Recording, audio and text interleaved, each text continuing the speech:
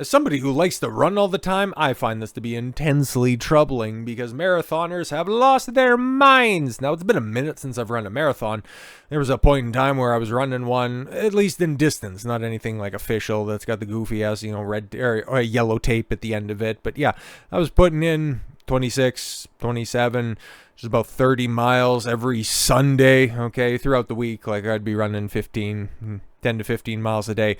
I still get that now, but yeah, my body is definitely not thankful I exerted myself so much in, was that 2018, 2019? It was really bad. Things were going downhill from that. That's a story I'll have to tell at another date, but until then, we just simply gotta reckon with the fact that I'm not the same man I used to be. Literally, new brain study finds that I and many other people have lost their minds. Excessive exercisers, oh my god.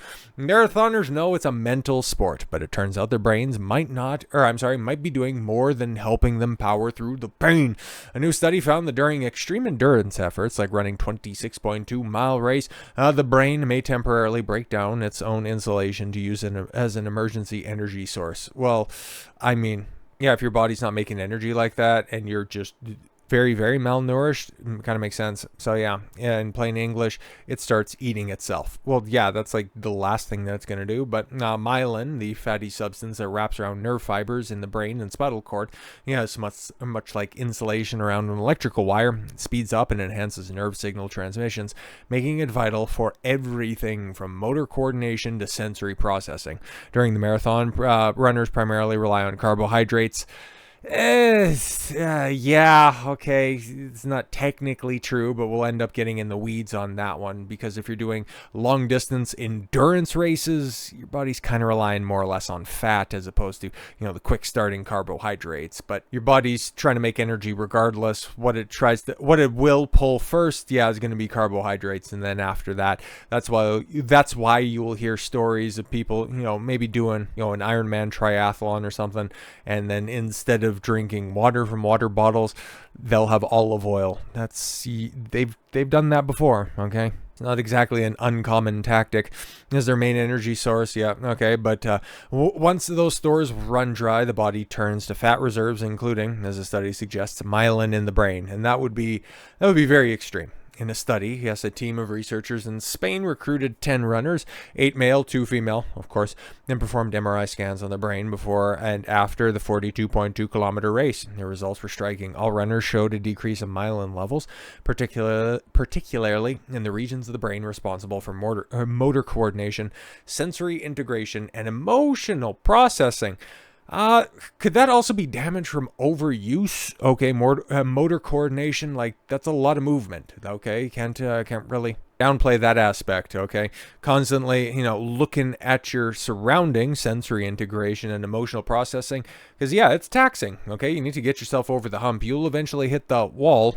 Not the one that, two of those study participants will eventually hit. But no. There's a point in time where you're like, do I really want to be doing this anymore? But after a while, you just get over it. But don't toss in the sneakers just yet. The study also found the marathoners' myelin began to bounce back shortly after the race and was back to normal levels within 2 months, indicating that the decline is temporary and reversible. Myelin seems to act as an energy source when other brain nutrients are depleting during endurance exercises. There you go. Said Dr. Pedro Ramos Cabrera, Eikerbasque, a research professor at CIC Bioma Guin, a nonprofit research organization in Spain. Further research is needed to establish how extreme exercise is related to the amount of myelin in the brain. Trials in a larger cohort are needed. Well, yeah, exactly, because you got 10 people, and it's like, wow, their brain functions seem to be a little bit different. Well, it's not exactly conclusive findings here quite yet. The authors also noted that the study didn't assess whether the loss of myelin impacted the runner's cognitive function or physical abilities, so more research is needed in that area. The study raises new questions about the role myelin plays in the brain, not only in healthy individuals, but also those impacted by aging or disease. Understanding how myelin in runners recovers quickly may provide cues for developing treatments for demyelinating disease, such as multiple sclerosis, said Dr. Carlos Maut Schulte, professor of anatomy and human embryology at the University of Basque Country. Diseases like MS, the permanent loss of myelin, and the energy it provides leads to severe brain damage and degeneration. Myelin damage is also a key factor in amyotrophic lateral sclerosis, ALS. Oh, okay.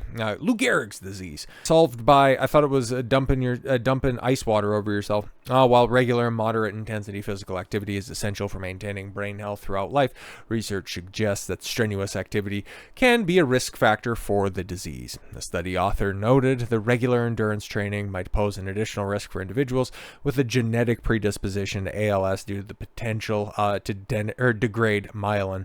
However, they stress that there is no immediate cause for concern and further research is needed. So yeah, if you're trying to use the excuse if you don't want to contract ALS for not going out there and getting active, you don't have to worry about that, okay? Because your myelin is going to bounce back, unless, of course, got a couple of family members in the old family tree that are stuttering, muttering, wheelchair-bound messes.